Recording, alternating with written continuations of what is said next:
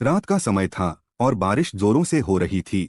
शहर की सड़कों पर सन्नाटा पसरा हुआ था। रीमा अपने दफ्तर से देर रात लौट रही थी। वह अपनी कार में बैठी थी जब उसने देखा कि सड़क के किनारे एक अजनबी खड़ा है, भीग रहा है और हाथ से लिफ्ट मांग रहा है। रीमा ने पहले तो अनदेखा करने की सोची, लेकिन फिर उस अजनबी की हालत देखकर उसका दिल पिघल गया।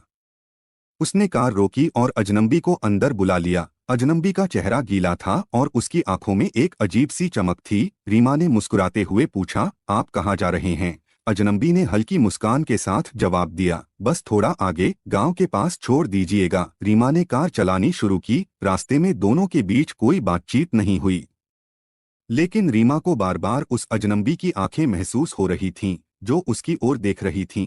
थोड़ी देर बाद रीमा ने अजनबी से पूछा, आप इस बारिश में यहाँ कैसे आ गए? अजनबी ने ठंडे स्वर में कहा, मेरा घर पास ही है, लेकिन कुछ साल पहले एक दुर्घटना में मैं और मेरी पत्नी यहाँ मारे गए थे। रीमा के हाथ कांपने लगे और उसने अचानक ब्रेक लगाया। उसने डरते हुए पीछे मुड़कर देखा, लेकिन कार में कोई नहीं था। उसकी सांसें तेज हो गईं और उसने चारों ओर देखा। अजनबी गायब हो चुका था। केवल उसके सीट पर पानी के कुछ बूंदें रह गई थीं। रीमा ने तेजी से कार चलानी शुरू की और गांव पहुंचकर लोगों को बताया। गांव के एक बुजुर्ग ने उसे बताया कि कई साल पहले उस सड़क पर एक दुर्घटना हुई थी जिसमें एक जोड़ा मारा गया था।